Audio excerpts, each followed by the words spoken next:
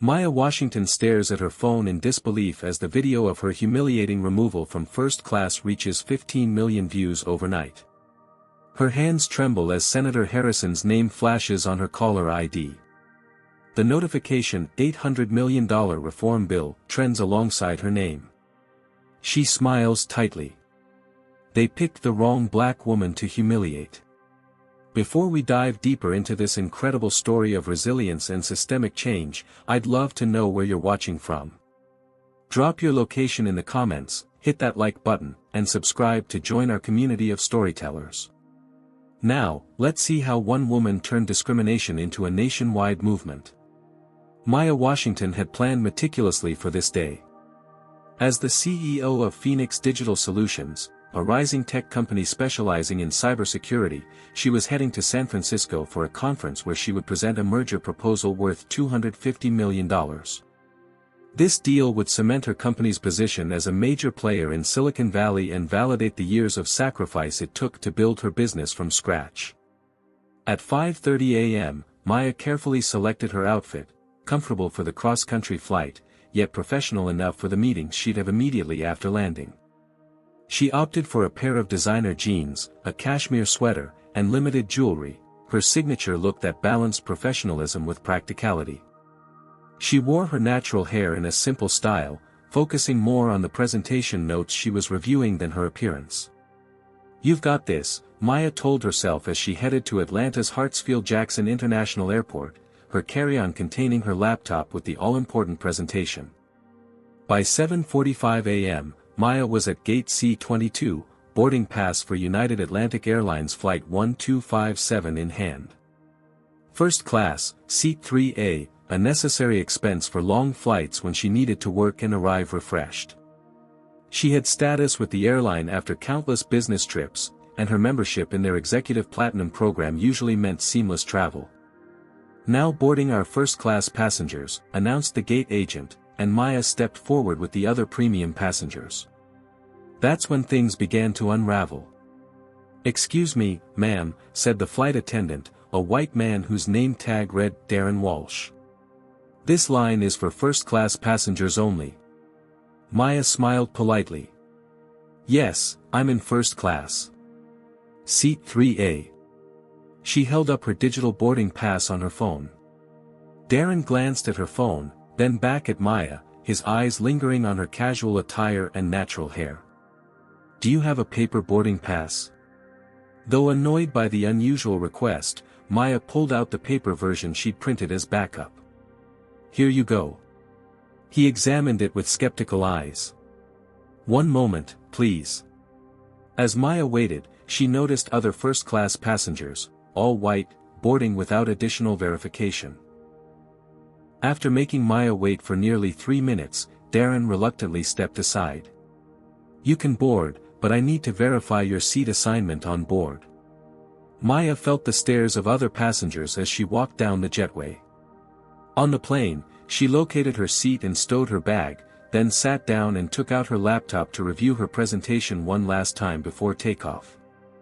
Minutes later, Darren appeared beside her seat. "Ma'am, I need to see your boarding pass again." Maya showed both versions once more. "Is there a problem?"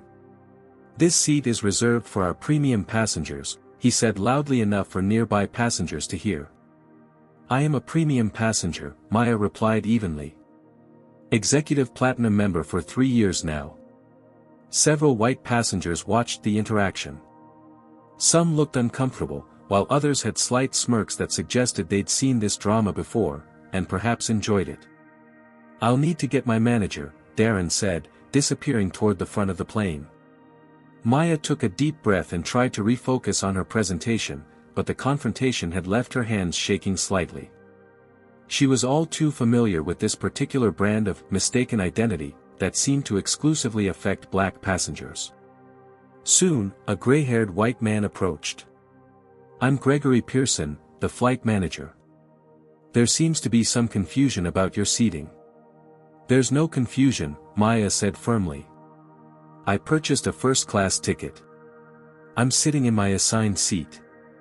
"Let me check the system," he offered, but instead of using the tablet in his hand, he simply glanced at her.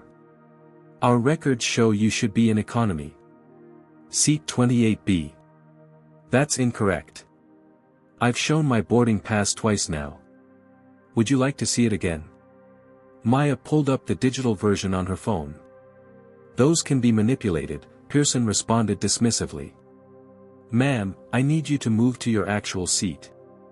We have passengers waiting to board. Maya felt her professional composure being tested.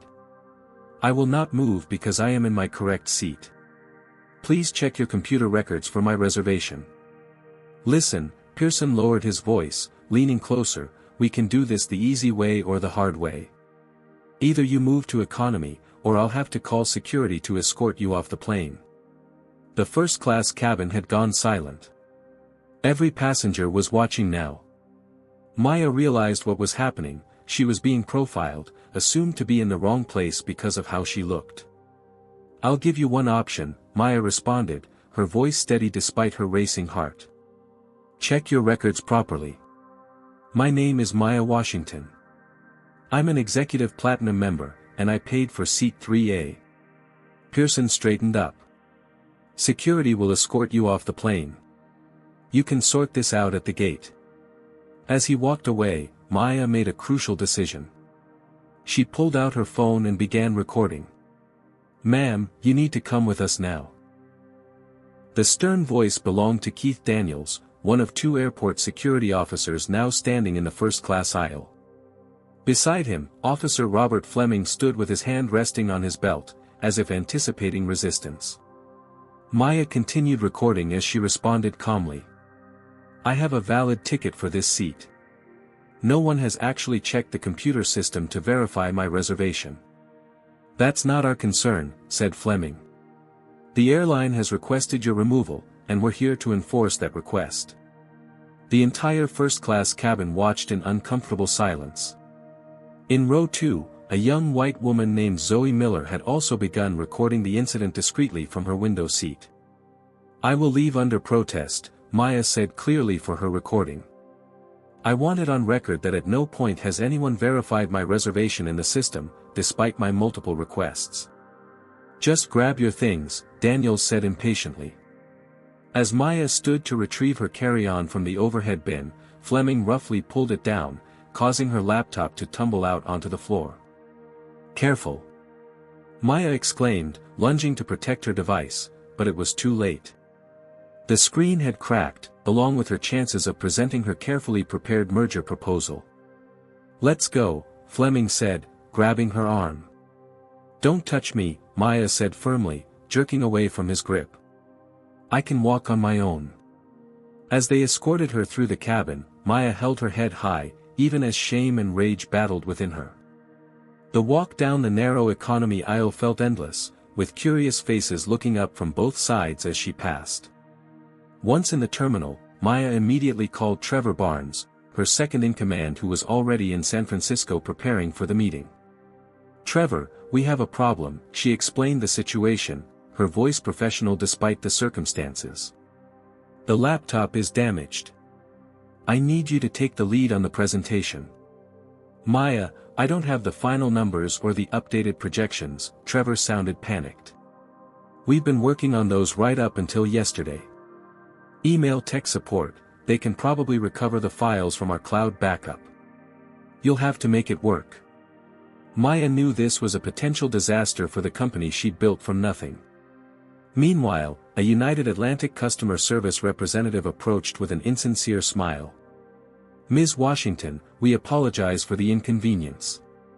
We'd like to offer you a $500 flight voucher for future travel with United Atlantic. Maya stared at the woman in disbelief. Inconvenience? Your staff racially profiled me, publicly humiliated me, damaged my property, and caused me to miss a crucial business meeting. And you're offering a voucher? It's our standard compensation package for voluntary deplaning, the representative replied, as if reading from a script. There was nothing voluntary about what just happened, Maya countered, her patience finally wearing thin. I'll be speaking with my attorneys. As the representative retreated, Maya's phone buzzed with a notification. It was a social media alert, someone had posted a video of her removal from the plane. Her stomach dropped as she clicked on it and saw Zoe Miller's recording, already gaining traction with the hashtag #FlyingWhileBlack. By the time Maya checked into her hotel in San Francisco, after booking a flight on a competing airline, the video had been viewed over 1 million times. Her phone was flooded with messages, from friends, colleagues, and her legal team. "We should pursue immediate legal action for discrimination, defamation, and property damage," advised her attorney, Jonathan Pierce. "We can likely settle for a significant sum." Maya was considering this option when her phone rang again.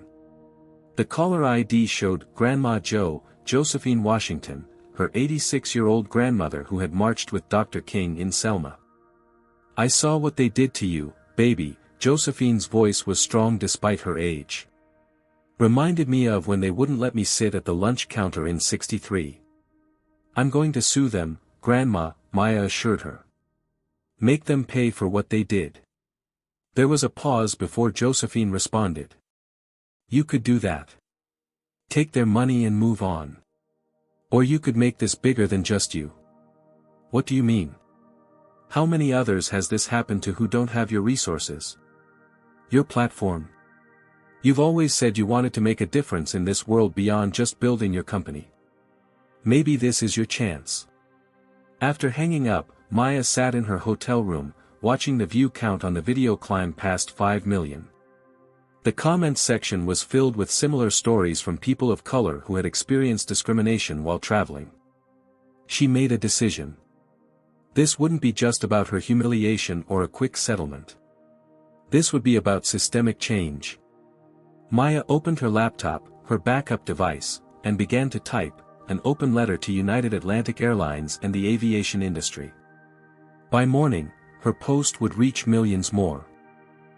The conference room in Maya's Atlanta headquarters had been transformed into an investigation hub. Whiteboards lined the walls, covered with timelines, names, and connections. At the center of it all stood Rachel Winters, the investigative journalist Maya had hired to dig deeper into United Atlantic's practices. "The pattern is undeniable," Rachel explained, gesturing to a map dotted with red pins. Each pin represents a documented incident of a passenger of color being removed, questioned, or denied service under suspicious circumstances in the past 18 months.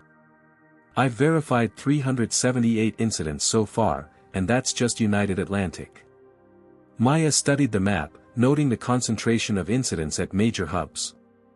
"Any of these result in significant legal action?" "That's the thing," Rachel flipped through her notes. "Most were settled quickly with NDAs. The few that went further were handled individually, treated as isolated incidents rather than evidence of a pattern." Maya's legal team had already filed initial paperwork for her own case, but her grandmother's words kept echoing in her mind, "Make this bigger than just you." "What about internal policies? Anything there?" Maya asked. Rachel smiled grimly. "That's where things get interesting. I submitted several Freedom of Information Act requests to the FAA and Department of Transportation. Got these yesterday." She spread several documents across the table, many heavily redacted. "Passenger Compliance Assessment Protocols," Maya read aloud from one header. "Identifying potential cabin disruption indicators." "Keep reading," Rachel urged. Maya's eyes widened as she scanned the document. "These are essentially racial profiling guidelines disguised as security protocols. Passengers exhibiting cultural markers inconsistent with seating assignment should be subject to additional verification." "What does that even mean?" "It means exactly what happened to you," Rachel confirmed. "And look at this statistical breakdown from the FAA data I obtained." The charts showed a stark disparity. Black passengers were 7.3 times more likely to be removed from flights than white passengers. For other minorities, the rates were nearly as troubling. "We need insider information," Maya decided. "Someone who knows how these policies are actually implemented." Within days, that someone appeared. Thomas Carter, a former United Atlantic flight attendant who had been terminated after raising concerns about discriminatory practices, reached out after seeing Maya's story. It wasn't just guidelines, Thomas explained during their confidential meeting. We received actual training on passenger profiling. They never called it that, of course. It was intuitive security assessment or demographic-aware customer service. But the message was clear: certain passengers deserved extra scrutiny. Thomas provided internal training materials and email exchanges that corroborated his claims. The evidence was damning. With this growing mountain of evidence, Maya approached civil rights attorney Marcus Jefferson, known for his work on class action suits against institutional discrimination. This isn't just about one airline, Marcus observed after reviewing the materials. The industry has standardized these practices. And they've spent millions lobbying against passenger rights legislation that would provide transparency and accountability. Maya leaned back in her chair, finally seeing the full scope of what they were up against. So the system is designed to protect them, not us. Exactly, Marcus nodded. Individual settlements keep the pattern hidden. Nobody connects the dots. Until now, Maya replied, determination in her voice. Their investigation expanded. They identified and reached out to other passengers with similar experiences. They dug into airline industry lobbying efforts that had successfully blocked oversight legislation. They mapped connections between airlines, security contractors, and government agencies. What had begun as one woman's humiliating experience was revealing itself to be an entrenched system of discrimination, hidden in plain sight behind corporate policies and security protocols. They're going to fight back hard, Marcus warned. Once they realize what we're building, they'll use every resource to discredit you and this investigation. Maya thought about the merger presentation she'd missed, the deals her company had lost, and the personal attacks she'd already endured since the video went viral. Let them come, she said. We have something they don't. What's that? Rachel asked. The truth, Maya replied. And I'm going to make sure everyone hears it. We're live in 5, 4, 3. The producer counted down silently with her fingers for the final 2 seconds before pointing to Maya and Diane Reynolds, the renowned CNN anchor known for her hard-hitting interviews. Tonight, we're speaking with Maya Washington, CEO of Phoenix Digital Solutions, whose removal from a first-class seat on United Atlantic Airlines has ignited a national conversation about discrimination in air travel, Diane began. Maya, thank you for joining us. Thank you for having me, Diane, Maya replied, poised and composed despite the gravity of the situation. Let's start with what happened on that flight. The video we've all seen begins midway through the incident. Can you take us back to the beginning? Maya recounted the events clearly and factually, without emotional embellishment. Her measured tone made the discrimination all the more obvious. United Atlantic has stated that this was a regrettable misunderstanding and not reflective of their policies. How do you respond to that? Diane asked. This was the moment Maya and her team had prepared for, the opening to reveal their findings. Our investigation has identified 378 similar incidents involving United Atlantic alone in the past 18 months, Maya stated, as the network displayed a graphic her team had provided. We've obtained internal documents showing systematic profiling guidelines disguised as security protocols. This wasn't a misunderstanding. It was their policy in action. The interview continued for 20 minutes, with Maya methodically presenting evidence while maintaining her professional demeanor.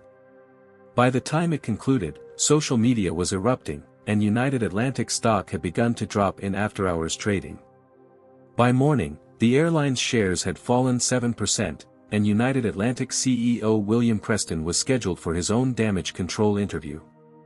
These allegations are baseless and inflammatory, Preston insisted on Good Morning America. United Atlantic has a zero-tolerance policy for discrimination of any kind. Ms. Washington's experience, while regrettable, was the result of a seating verification protocol that applies to all passengers. His defensive tone and refusal to acknowledge the evidence only fueled public interest in Maya's claims.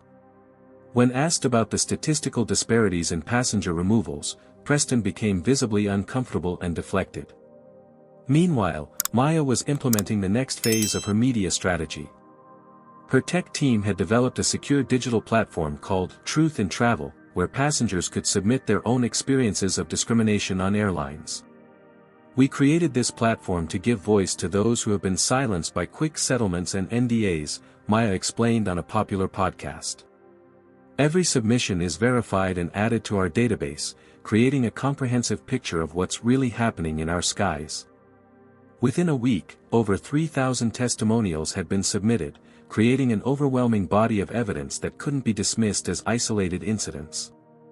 Other airlines rushed to distance themselves from United Atlantic, issuing statements about their commitment to equality and customer respect, though Maya's team was quietly gathering evidence that many had similar discriminatory practices. Corporate sponsors began withdrawing from United Atlantic. First came the tech companies, sensitive to diversity issues in their own industry, followed by luxury brands unwilling to associate with the growing scandal. Not everyone supported Maya's campaign, however. She faced vicious backlash online, including death threats and racist attacks.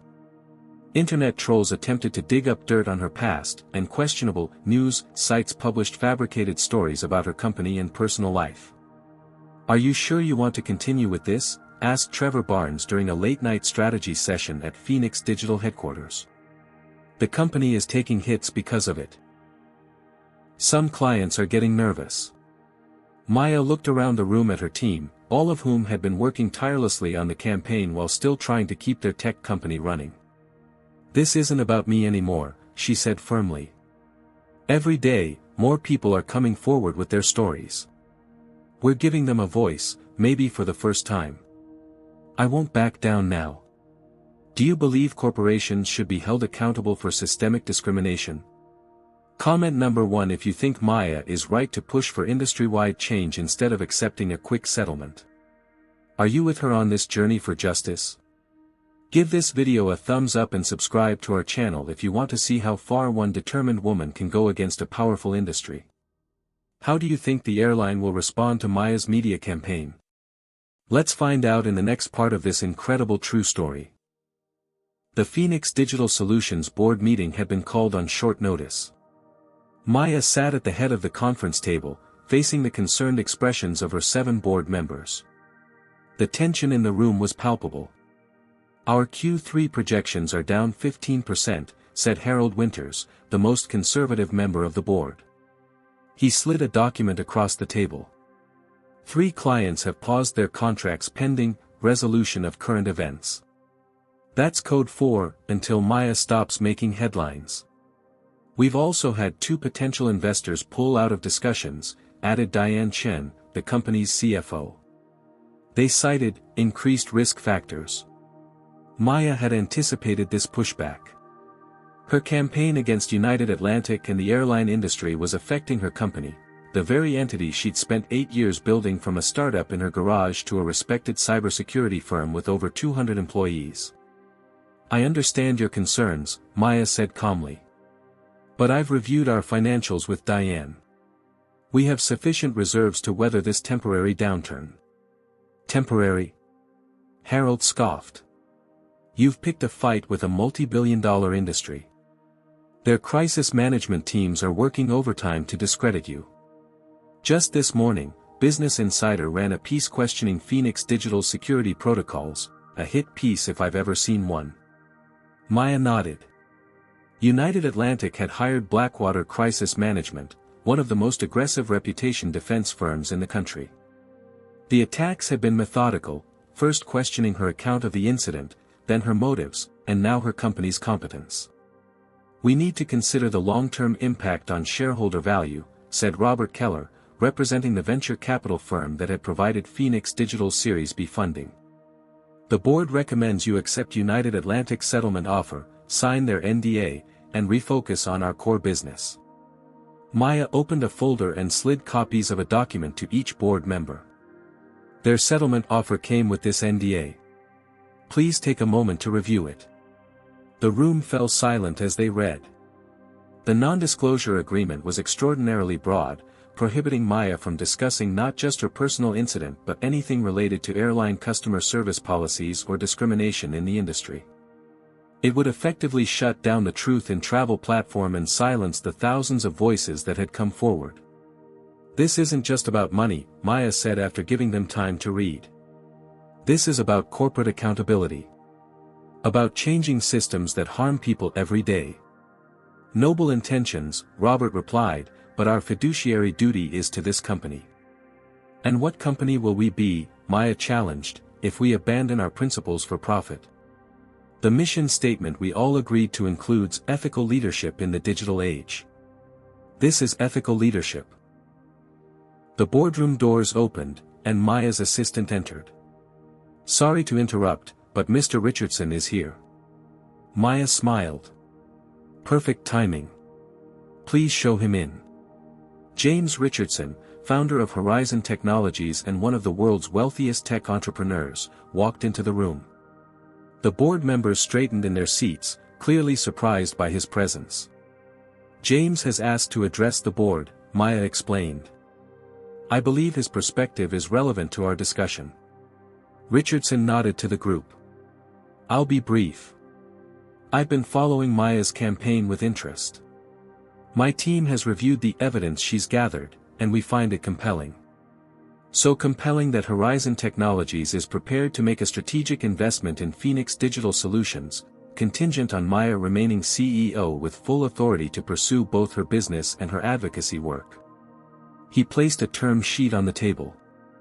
This investment would triple your current valuation and provide capital to insulate the company from any temporary client hesitation. The board members exchanged glances, the entire dynamic of the meeting shifting instantly. Why would you do this? Harold asked suspiciously. 2 reasons, Richardson replied. First, Phoenix Digital's security technology is exceptional, we've been using it for 2 years.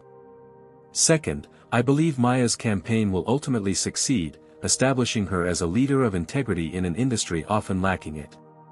That's the kind of leadership Horizon wants to be associated with. After Richardson departed, the board voted unanimously to reject United Atlantic's settlement offer and support Maya's continued advocacy. The airline's response came swiftly. The next day, Maya received a revised settlement offer, 5 times the original amount, but with the same stringent NDA requirements. Maya called a press conference at Phoenix Digital headquarters. With cameras rolling and reporters from every major network present, she made her position clear. United Atlantic has offered me a significant financial settlement, she announced. I am rejecting that offer because it comes with unacceptable conditions. Transparency is non-negotiable. The thousands of people who have shared their experiences deserve accountability, not silence bought with corporate dollars. She held up a thick stack of papers. These are just some of the verified testimonials we've received. Behind each one is a person who was humiliated, discriminated against, or treated as less than human while simply trying to travel. Their stories will be heard. The airline's crisis management team escalated their campaign against Maya. Anonymous sources fed tabloid stories questioning her character. Business publications ran analyses suggesting her advocacy was a publicity stunt to boost her company's profile. Social media influencers were paid to question her motives. The most damaging attack came when an industry trade publication published an exposé claiming Phoenix Digital had security vulnerabilities that put client data at risk, allegations based on distorted information and technical misrepresentations. Maya's team worked around the clock to refute the claims, but the damage to the company's reputation was real. More clients paused their contracts. Employees began receiving recruitment calls from competitors sensing weakness. They're trying to destroy everything you've built, Marcus Jefferson warned during a strategy session. This is how corporations fight when they're cornered, they don't just defend themselves, they try to annihilate their opponents. Maya looked around at her team, seeing the exhaustion on their faces after weeks of battling on 2 fronts, running the company while fighting a corporate giant. Maybe we need to shift our strategy, she said finally. The corporate battle is draining our resources and dividing our focus. Are you considering backing down? Rachel asked, concerned. Not at all, Maya replied, a new determination in her voice. I'm considering changing the battlefield. If corporations protect each other, maybe we need to take this fight somewhere else, somewhere their influence isn't absolute. Where's that? Trevor asked. Maya smiled grimly. Washington. Senator Elaine Harrison's office in the Hart Senate Office Building featured spectacular views of the Capitol Dome, but neither woman was paying attention to the vista as they reviewed documents spread across the conference table. Your evidence is compelling, Senator Harrison admitted, adjusting her glasses as she examined a statistical analysis of passenger removal incidents. I've been working on airline passenger rights legislation for 3 years, but the industry lobbying has been formidable. That's a diplomatic way of saying they've blocked every meaningful reform, Maya observed. Harrison nodded. Aviation lobbyists spent $74 million last year alone. They have former congresspeople and FAA officials on their payrolls. It's an uphill battle. Maya had pivoted to the political arena after realizing that the corporate approach had limitations. While her media campaign had created public awareness, United Atlantic and the airline industry were too powerful to be reformed through market pressure alone. Systemic problems required systemic solutions, and that meant legislation. What would it take to get meaningful reform through Congress? Maya asked. First, we need more co-sponsors, Harrison explained. I can introduce you to several members of the Congressional Black Caucus who would be natural allies. Second, we need compelling testimony for hearings, stories that can't be ignored. And third, we need to neutralize the opposition's main arguments about costs and operational impacts. Maya nodded, already formulating a plan. I can help with all three. Over the next 2 weeks, Maya met with members of Congress from both parties. To conservatives, she emphasized consumer rights and market fairness. To progressives, she focused on civil rights and justice. Her business background gave her credibility with lawmakers who might otherwise dismiss discrimination claims. The Congressional Black Caucus members were particularly supportive after reviewing Maya's evidence. Representative James Turner, a senior member with significant committee influence, became a key ally. My own daughter experienced something similar last year, he confided during their meeting. The airline treated her like she didn't belong in business class, despite her being a corporate attorney flying on company business. I've wanted to address this issue for years, but needed the right vehicle. 6 weeks after Maya's first meeting with Senator Harrison, congressional hearings were scheduled before the Transportation and Infrastructure Committee. Maya would be the lead witness, followed by other passengers who had experienced discrimination, former airline employees, and industry experts. The day of the hearing arrived with significant media attention. Maya had prepared extensively, working with her team to distill the thousands of incidents they documented into compelling testimony backed by irrefutable data. Ms. Washington, you have 5 minutes for your opening statement, said Chairman Reynolds after the preliminaries were complete. Maya looked out at the packed committee room, cameras from every major network focused on her. United Atlantic CEO William Preston sat several rows behind her, along with executives from other major airlines who had been subpoenaed to testify later. Thank you, Mr. Chairman and committee members, for the opportunity to address this critical issue, Maya began. What happened to me on United Atlantic Flight 1257 was not an isolated incident or a misunderstanding. It was the visible manifestation of systematic discrimination that affects thousands of passengers every year. She proceeded to present the evidence methodically, the statistical disparities, the internal documents, the pattern of incidents across airlines, and the economic impact on affected passengers. This isn't just about dignity, though that would be reason enough for action, she concluded. This is about equal access to travel, which affects economic opportunity, professional advancement, and fundamental citizenship rights. When certain Americans cannot travel without fear of humiliation or removal based on their appearance, we have failed to live up to our national promise of equality. The questioning began, with committee members from both parties engaging with the evidence. Even skeptical representatives found it difficult to dismiss the comprehensive data Maya had presented. When airline executives testified later in the day, their defensive posture and evasive answers contrasted sharply with Maya's forthright presentation. William Preston, in particular, struggled to explain the disparity in passenger removal statistics. These numbers could be influenced by many factors, he insisted when confronted with the data. Such as, pressed Representative Turner. Behavioral issues, ticket verification problems, seating conflicts. Preston stammered. And you believe these issues just happen to affect black passengers at 7 times the rate of white passengers? Turner asked incredulously. The hearing lasted nearly 6 hours, with testimony from multiple witnesses supporting Maya's claims.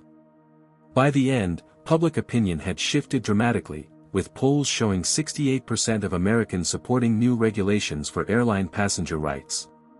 But the battle was far from over. As Maya and her team left the Capitol, they knew the airline industry would mobilize its full lobbying power against any proposed legislation. Their next challenge came from an unexpected direction. Transportation Secretary Andrew Phillips, who would be responsible for implementing any new regulations, publicly expressed skepticism about the need for reform. Current regulations are sufficient if properly enforced, he stated in a press conference. Additional oversight would create unnecessary costs that would ultimately be passed to consumers. Maya recognized the industry talking points and requested a meeting with Secretary Phillips.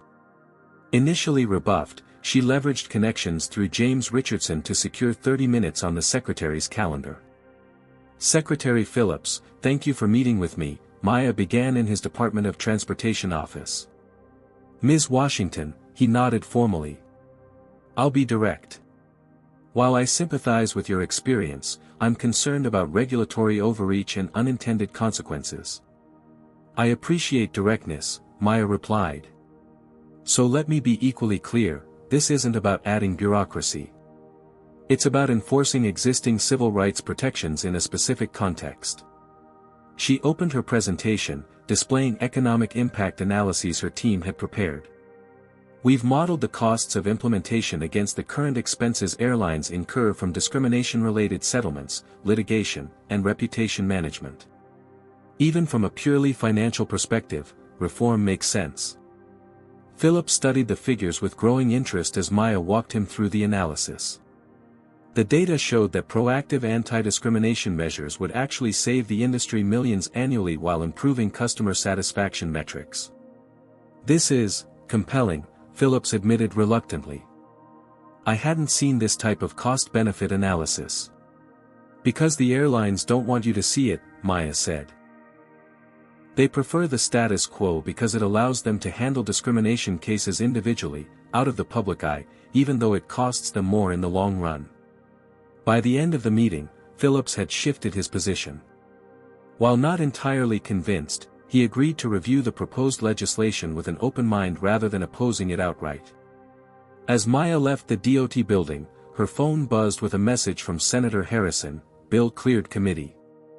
Floor vote scheduled next month. We need 12 more votes for passage. The political battle was gaining momentum, but the hardest fight still lay ahead. The conference room in Senator Harrison's office had been transformed into a legislative workshop. Whiteboards covered with flowcharts, legal language, and implementation timelines lined the walls. Maya sat at the table surrounded by legislative aides, civil rights attorneys, and airline industry experts sympathetic to their cause. The Airline Passenger Protection Act needs to be comprehensive without being unwieldy, Senator Harrison explained, reviewing the draft. Too narrow, and the airlines will find loopholes. Too broad, and will lose moderate support. Maya nodded. Let's focus on the core provisions first. Over the next 3 weeks, they crafted legislation that addressed the systemic issues while remaining practically implementable. The key provisions included 1. Anti-discrimination protocols that required standardized verification procedures applied equally to all passengers. 2. Mandatory documentation of all passenger removals, including demographic data. 3. Establishment of an independent oversight committee with actual enforcement power. 4. Comprehensive bias training for all customer-facing airline staff. 5. A structured compensation system for passengers who experience discriminatory treatment. The training component is crucial, emphasized Dr. Lydia Jenkins, a diversity specialist who had joined their team. Without addressing the underlying biases, procedural changes alone won't solve the problem. Maya agreed. And the training needs to be ongoing, not just a one-time seminar that staff can tune out. The technical aspects of implementation presented challenges. How would the oversight committee function? What reporting mechanisms would ensure compliance without creating excessive paperwork? How would complaints be verified and addressed promptly? To answer these questions, Maya brought in experts from Phoenix Digital to develop technical frameworks that would make the reforms efficient and effective. We can create a secure, anonymized reporting system that tracks patterns while protecting privacy, explained Trevor Barnes, demonstrating a prototype. Airlines would submit standardized data that feeds into a dashboard for the oversight committee. As the bill took shape, Maya commissioned economic impact studies to address the inevitable industry objections about costs. The results were revealing. Implementing the proposed reforms would cost airlines approximately $240 million over 5 years, significant, but far less than the $1.3 billion they collectively spent on discrimination-related settlements, litigation, and public relations crises during the previous 5 years. This isn't just ethically right, Maya explained during a briefing with congressional staffers. It's economically sensible. Airlines are currently paying a premium to maintain a discriminatory system. The airline industry, recognizing the growing momentum behind the bill, proposed an alternative Airline Customer Service Enhancement Act, a watered-down version that included vague commitments to improved customer experiences, without specific anti-discrimination measures or meaningful oversight. Classic deflection tactic, Marcus Jefferson observed during a strategy session. They're hoping to peel off moderate support with something that sounds reasonable but lacks teeth. Senator Harrison agreed. We need to make sure lawmakers understand the differences. Their bill is window dressing, ours is structural change. As the scheduled vote approached, lobbying intensified on both sides. Airline industry representatives held meetings with key senators, particularly those from states with major airline hubs. Industry-funded think tanks published papers questioning the need for new regulations. Maya and her allies countered with grassroots pressure. The Truth in Travel platform had gathered over 15,000 verified accounts of discrimination, organized by congressional district. These stories were shared directly with representatives, putting human faces on the statistics. Senator Mitchell needs to hear from constituents, Maya instructed her team. His district includes over 300 people who've submitted experiences to our platform. The political maneuvering grew intense as the vote neared. Airlines offered route expansions in strategic districts. Campaign contributions flowed to key lawmakers. Promises of industry self-regulation were made in private meetings. 2 days before the scheduled vote, Maya received alarming news from Senator Harrison. We're 3 votes short, she reported grimly. Senators Davis, Wong, and Patel are leaning toward the industry alternative. What's their hesitation? Maya asked. Davis is concerned about implementation costs. Wong wants stronger data privacy protections. Patel has an airline maintenance facility in his district that just announced an expansion. Maya thought quickly. Let's address each concern directly. I'll have our team revise the cost analysis for Davis. For Wong, we can strengthen the privacy provisions, that actually aligns with our goals anyway. For Patel, that's tougher. The team worked through the night, refining the bill and their approach to the wavering senators. Maya personally called Senator Patel, a moderate known for his pragmatic approach. Senator, I understand your concerns about jobs in your district, she began. But consider this, reformed airlines with better customer satisfaction will ultimately expand, not contract. They'll need those maintenance facilities more than ever. It's not just about jobs, Patel admitted. United Atlantic CEO implied they might relocate their hub if I support your bill. That's a bluff, Maya replied confidently.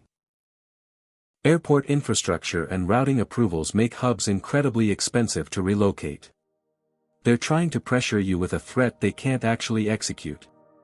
By morning, They had secured Wong's support with enhanced privacy provisions. Davis remained on the fence despite the revised cost analysis. Patel was still weighing his options.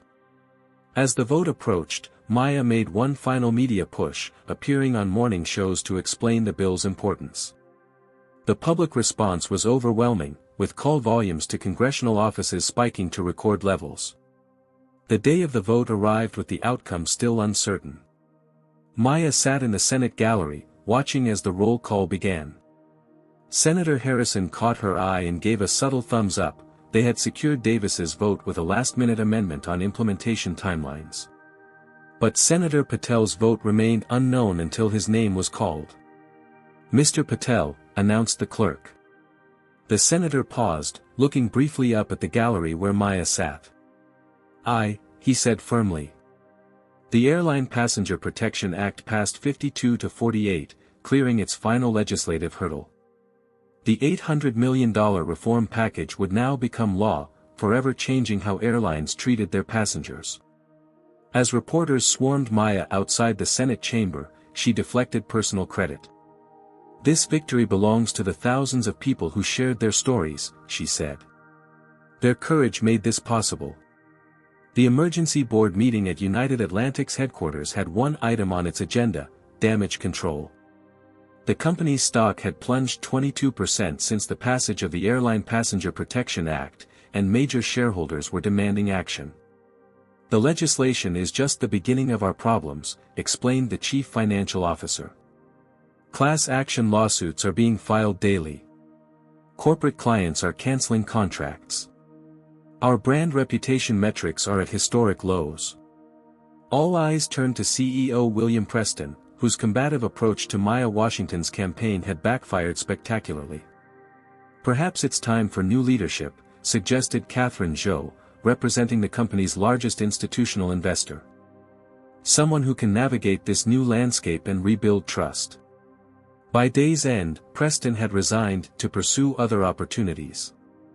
The search for his replacement lasted just 72 hours before the board made a historic announcement. Vanessa Reynolds, the airline's former operations director who had left 3 years earlier over ethical concerns, would become United Atlantic's new CEO, the first black woman to lead a major airline. At her first press conference, Reynolds addressed the company's past failures directly. United Atlantic failed its passengers and its own values, she acknowledged. "Discrimination has no place in our skies or anywhere else. Under my leadership, we will not only comply with the new legislation but exceed it, setting new standards for inclusive customer service." Her first act as CEO was unexpected. She called Maya Washington. "Ms. Washington, this is Vanessa Reynolds," she began when Maya answered.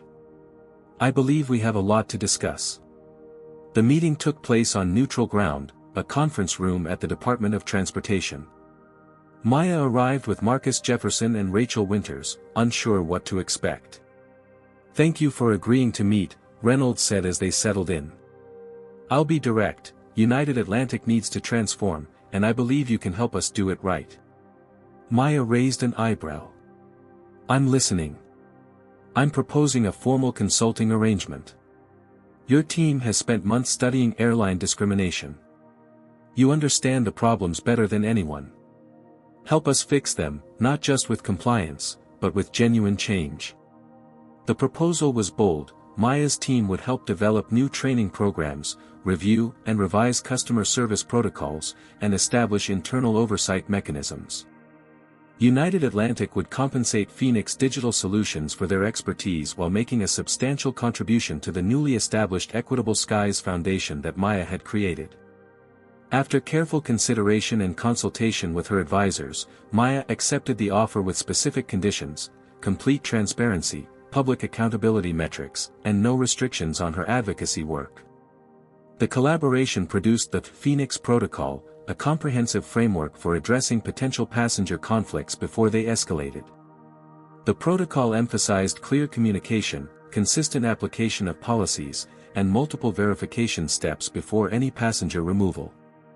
The key innovation is removing individual discretion in enforcement situations, Maya explained during the implementation training. Bias thrives in ambiguity. The Phoenix Protocol creates clear decision trees that apply equally to everyone. Phoenix Digital's technical team developed an AI system that monitored patterns in passenger interactions, flagging potential discrimination in real time and providing intervention recommendations to gate agents and flight attendants. As United Atlantic implemented these changes, other airlines took notice. Rather than waiting for enforcement actions under the new law, many began proactive reforms to avoid being the next target of public scrutiny. "We're seeing an industry-wide transformation," noted Transportation Secretary Phillips during a regulatory review meeting. Passenger removal incidents are down 64% in just the first 6 months. Discrimination complaints have dropped by over 70%. Maya's business expanded in unexpected ways. Phoenix Digital created a specialized division focused on algorithmic fairness and bias detection in customer service operations. What had begun as a personal crusade had evolved into a new business opportunity that aligned with her values. "The irony isn't lost on me," Maya told Trevor during a strategy session. "Our company is stronger now than before all this happened. We've expanded into a whole new market." Forbes magazine featured Maya on its cover with the headline, "The Accidental Reformer: How Maya Washington Transformed an Industry and Her Business." The article detailed how her response to discrimination had created a new corporate accountability model that other industries were beginning to adopt. United Atlantic's transformation proved financially beneficial as well. After an initial period of adjustment, their customer satisfaction scores reached all-time highs.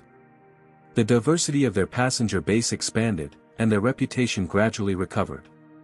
During a quarterly earnings call, Vanessa Reynolds shared the results. "Our investment in equitable service isn't just ethically right, it's good business. Passenger retention is up, litigation costs are down, and employee satisfaction has improved dramatically." The most significant metric came 1 year after the incident. United Atlantic stock had not only recovered but surpassed its previous value. The market had recognized that ethical reform could drive financial performance. Maya watched these developments with satisfaction, but her mind was already turning to the broader implications. If one industry could be transformed through strategic pressure and evidence-based advocacy, what else might be possible? The gallery of the United States Senate was packed as the final vote on the Airline Passenger Protection Act amendments was tallied. These additions to the original legislation would expand funding to $800 million and strengthen enforcement mechanisms based on the first year's implementation data.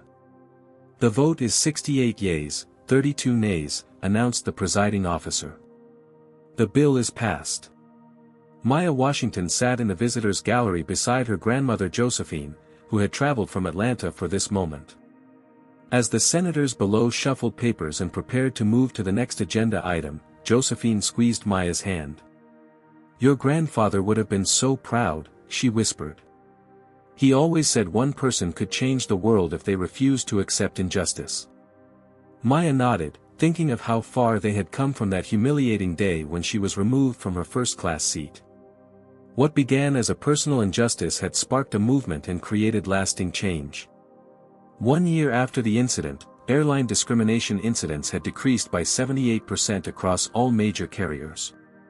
The independent oversight committee established by the legislation had processed over 5,000 historical complaints, resulting in standardized compensation for victims and corrective actions for airlines. Maya had established the Equitable Skies Foundation with a portion of the settlement she eventually received from United Atlantic. The foundation supported advocacy for transportation equity across all modes of travel and provided legal assistance to travelers experiencing discrimination. The foundation's annual Airline Accountability Report had become an industry benchmark, tracking progress and highlighting areas still needing improvement. While the data showed significant positive changes, Maya knew the work was far from complete. "We've changed policies and practices," she often reminded her team. "Changing hearts and minds takes longer." On the anniversary of the viral video, Maya found herself booking a flight on United Atlantic, the same route, Atlanta to San Francisco, first class, seat 3A. It was a symbolic journey she had planned carefully. The airline experience was noticeably different. Check-in agents and TSA screeners followed standardized protocols for all passengers. Boarding announcements emphasized that verification procedures would be consistent for everyone. As Maya settled into her first-class seat, a flight attendant approached. For a brief moment, the memory of that confrontation flashed through her mind. "Ms. Washington," the young woman said with a warm smile of recognition. "It's an honor to have you on board. You changed everything for us." Maya learned that the attendant, Jasmine Powell, had been part of the first group to receive training under the Phoenix Protocol. "The difference is night and day," Jasmine explained during a quiet moment in the flight. "We have clear guidelines now. No more use your judgment instructions that left everything ambiguous." After landing in San Francisco, Maya met with Zoe Miller, the young woman whose recording of the original incident had gone viral. Zoe had recently joined the Equitable Skies Foundation as an outreach coordinator. "I never expected that hitting record would lead to all this," Zoe admitted as they walked through the same terminal where Maya had been escorted out a year earlier. "I just knew what was happening wasn't right." "Small actions can have enormous consequences," Maya replied.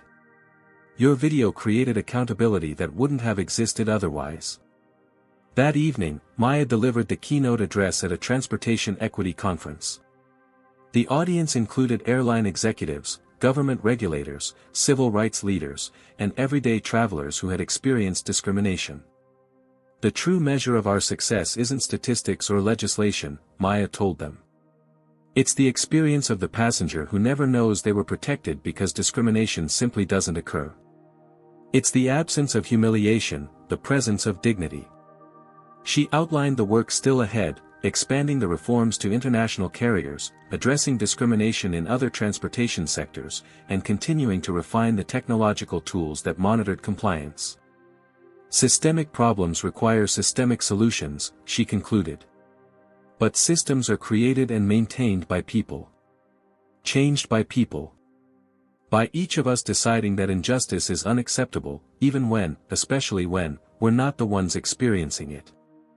After the applause faded and the networking reception began, Maya found a quiet moment alone.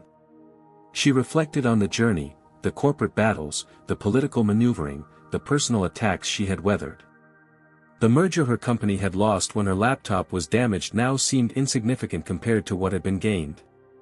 Her phone buzzed with a notification. United Atlantic had just announced the promotion of Thomas Carter, the whistleblower who had provided crucial evidence during her investigation, to Vice President of Customer Experience.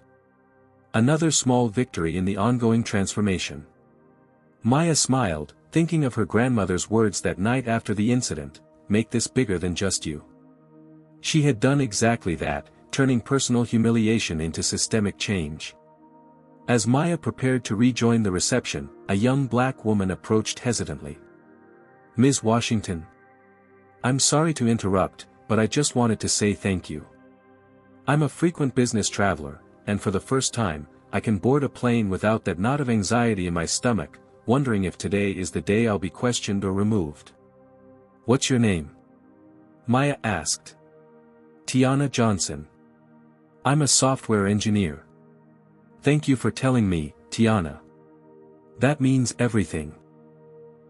Later that night, as Maya boarded her return flight to Atlanta, the flight attendant checked her boarding pass with the same efficiency and respect shown to every passenger.